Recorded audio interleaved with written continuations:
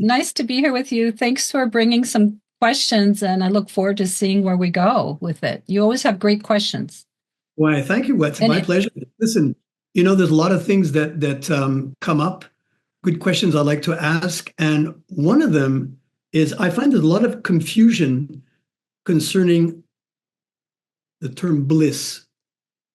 What bliss is in the spiritual context. Mhm. Like I'll explain what it is for me. Bliss is it's a bodily felt sense of it's kind of a I experience bliss through the body, and it's like a sensual experience, a sensual feeling. Mhm. Now, basically, how it happens if once I sense into my being, once I really settle down and get quiet, I sense into my being. I'm aware of a glow, like this glow that's happening. And it's what I feel. What happens is the whole body starts to relax. There's a surrender. Mhm. When I access my being, and everything gets quiet. So first thing is what I realize is that silence and that bliss is always there. It's just most of the time I'm not conscious of it.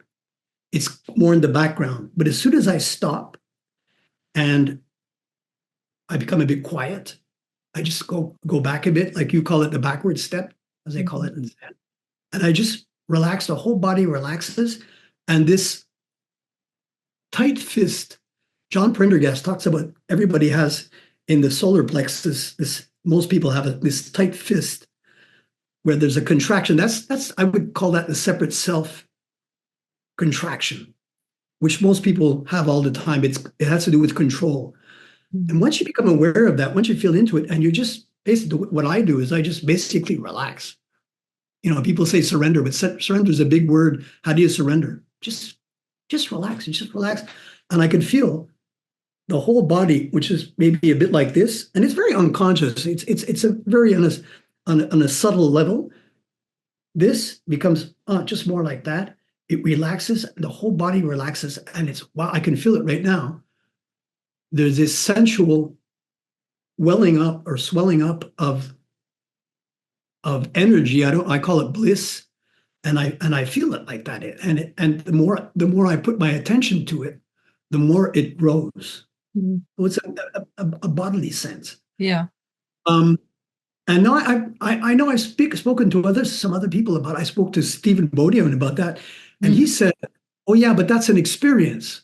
What about what about the bliss that is always present?" So I kind of said, "Well, I realize that this bliss is always present. It's just that I don't put my attention. It's only when I put my attention on it Mhm. that it comes to the forefront, if you wish." Does that Right. make sense to you? What is it? Oh yeah, makes absolute sense. And you're I know you well, and you're a body type, you So you are you. are, huh? So are you. I am too, so we can relate on that level, and some people listening can relate. Um, the bliss of being is meant to be felt. It's the Ananda part of Satchidananda. And I've said this before elsewhere that I really love how clear that word is, how supportive and helpful it is, because Sat is truth, Chit is consciousness, and Ananda is bliss. So when consciousness, Chit, is placed on Sat, truth, Ananda appears. Beautiful. Yeah, Ananda Yeah. appears. And how does Ananda appear? It has to appear through the body. You have to be able to feel it. I mean, Ananda is not an abstract thing. So I think that is the beauty of being in a body, is that we are able to feel presence and not just know it. You know what it is that knows presence in an abstract way? That's awake mind. Yes. Awareness, when it's aware of itself, it's aware of presence. It itself is presence. It is presence, yes. But it's a cool understanding. It's just sort of like it isness. It is an isness. It's very Zen, that isness. Yeah. A cool tone.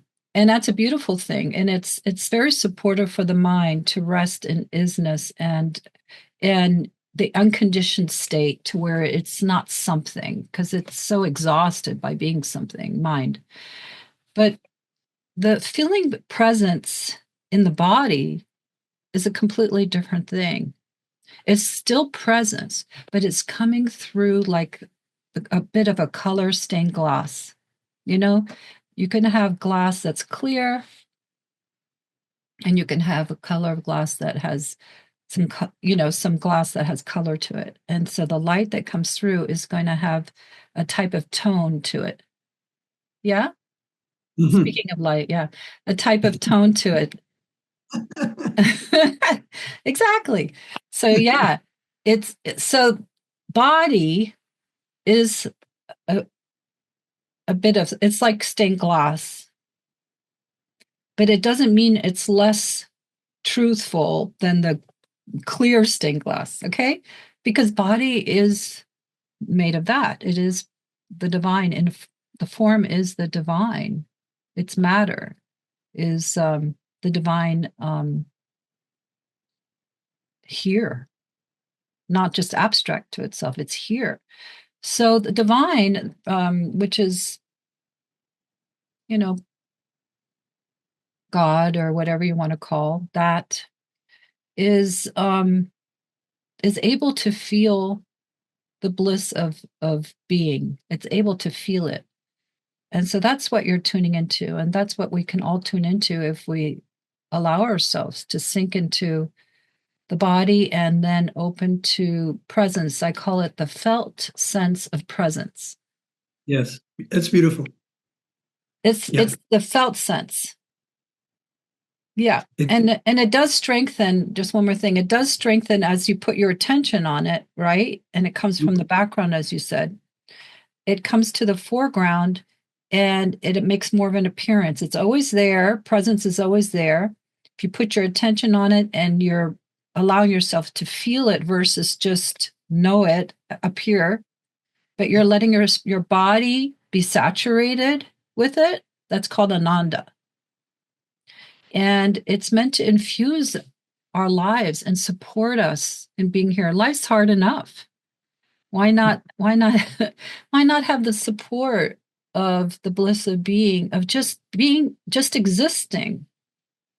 Just pure existence is just being alive. If no matter, like, there's so many troubles that people have, and the world that has, and maybe even oneself, different ways, right? And the body ages, and people will go through things. But what can accompany you during all of it? What is always here? So that's the gift of what awakening and true spirituality can give one, is this gift of sensing, being, and just that it just glows. It glows regardless of what's taking place. Yes, it might move to the background more when our attention is focused on something else. But the truth is that one can simultaneously feel it, even in a gentle way, no matter what's taking place. It's always here. Would you agree? Absolutely. And I love the way you say the glow, because that's experience also. It's not always a full-bodied, like I say, I mentioned before, a sensual feeling of bliss. It can be just more like a kind of a glow. And it's absolutely when you put your attention on it. When you're too much in the mind, it's not as apparent. And I also realized too, talking with different people, that there are different types. You and I are more kinesthetic type. And I know about it. I've talked about this with John Prendergast, and he said the same thing. He said he's a kinesthetic type, and he feels it through the body. And he said, I am also. But I know that other types are maybe more intellectual, and maybe they won't feel it as much in the body. So I think that's what I'm starting to understand, is there's different ways to experience it or to live it. What would you say? Yeah, right. That's, really good point. And that can confuse people because Yes. Yes. even very mature and good teachers, sincere and good and authentic Yep. teachers Yes. will have different um, places, areas that where presence is showing through, going through in the terms of a stained glass or whatever, or no stained glass, a clear glass.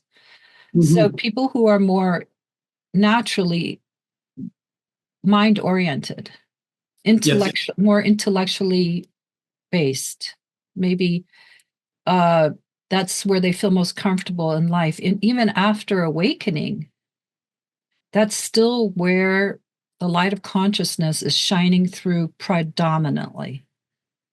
So Mm-hmm. consciousness shines, and with awakening it becomes less obstructed. It's shining through, and you don't have those veils in place, the separate self veils that kind of that dimmed it.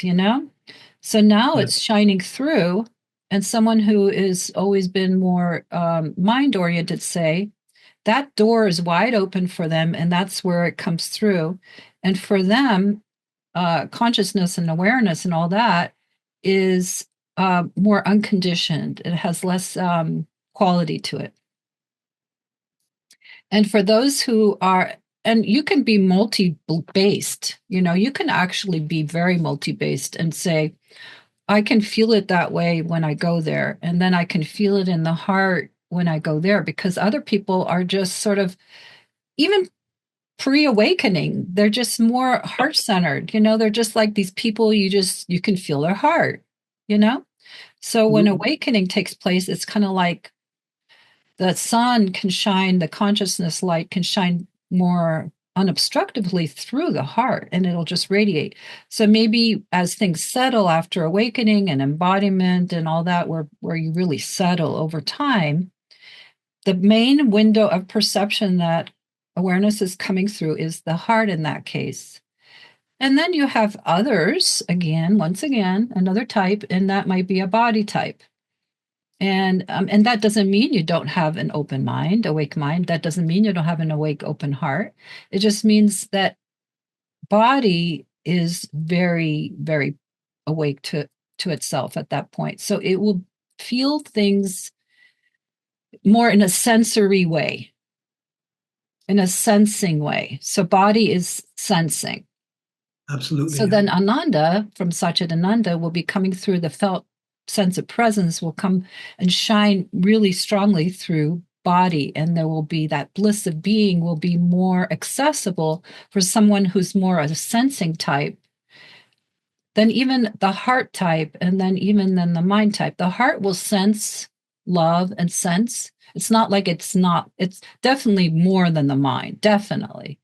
But I think that the body type is even more like lodged with the capacity to be like accessing pure sensing, deeper than language, deeper than anything. And maybe people who are just comfortable being home in their body. Not everybody is, even those who are deeply awake. They are still, there's still some reservation there. Like, yeah, the body is still maybe not fully accessed. And they may not even be aware of it, Pierre. Yeah. That's that's beautiful. As you're saying that, I'm Mm-hmm. just realizing that I'm very much of a body type, Mm-hmm. very much of a body type. Mm-hmm. And I'm just doesn't mean that the mind is not present, and the heart. Um, some people, like you say, don't feel it through the body. And what also strikes me about that, that's where we talk about the heart and the mind.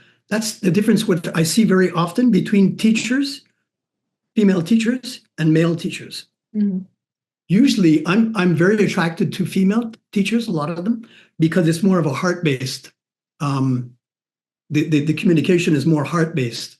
Yeah. The transmission is more heart-based, and with a lot of male teachers, it's more mind-based. So I've always found, and just because the type of person I am, I'm more attracted to the heart-based Yeah. type. I mean, of course, people have different, always relate in different areas, but they have maybe one predominant area, Mhm. and I'd say you're definitely more of the heart type than Yeah. I you think know. I'm a heart sensing type, Yeah. heart and body sensing type, but mind woke up to itself very, very clearly. So that Mhm. is totally there. It's just that where does where's the comfort zone, in terms of presence? Where does it like to, where is it at home? You know, just like Yeah, I feel it, personally, I feel it when you try. I feel you get your trans from the heart more. Of course, it's everywhere. We're kind of dividing things. That's the mind is dividing things, but that's where I feel it. And then I've had a lot of experience with some male teachers, and I don't feel it from the heart that much. yeah, right, right. Yeah, But yeah. there are certain heart types, male teachers like Adyashanti or John Prendergast are like totally heart too, and they have the mind too. So it's not one or the other, but it's talking about predominance in one area. That's how I feel it. That's how it comes across to me. Yeah, I agree. I mean, male, female, I think you're right. More male teachers are more of the empty mind when they wake up, Mhm. and the awareness is coming through them, like Rupert Spira or whatever. Yes, I mean, Rupert, some yeah. people might disagree and say, oh, these people are very kinesthetically connected as well, and they may be. It's not like it's one or the other, like you say. Exactly. And then I've met women, teachers and people, and not you don't have to be a teacher, you just that's where awakening is coming through, who are more mind oriented. Definitely. There's some, and I'm not going to name them, but I know some that are just very cool. They're not, it's not coming from here. It's very energetically, it's very masculine. I'm just going to keep opening the light and get more light in here. But energetically, it's more um kind of more on that masculine side. Yes, Oh wait, I no, I could did. see teachers like that too. Yeah, Yeah. you're right. Oh, of course, and we're making generalities here. I mean, I don't want to say more male, female type oriented type or male type. It's just what are my observations? I don't know. Yeah, no, and it was a good question. It's a good question and good inquiry. And I think it trips some people up because they may really like a certain teacher and they're getting a certain type of teaching, and it's not necessarily embodied in the body. It's not necessarily so heart oriented. And they, um, just associate awakening with a certain, maybe the cool kind of removed, detached Yes, kind of type of awakening. But then, but fortunately, hopefully, life in them will, when it's gotten what it wants from that type of spiritual pointing, that they'll move on and let things take over. But you know, a lot of people don't know, or let's say it doesn't matter how many people, but let's say some people haven't learned how to access the Sadguru inside, the teacher inside of themselves, the the intelligence, life intelligence that will guide them as to where to go next, and to not stay just in one lane per se, hmm because the awakening is multi-leveled, and it's not just one kind of level.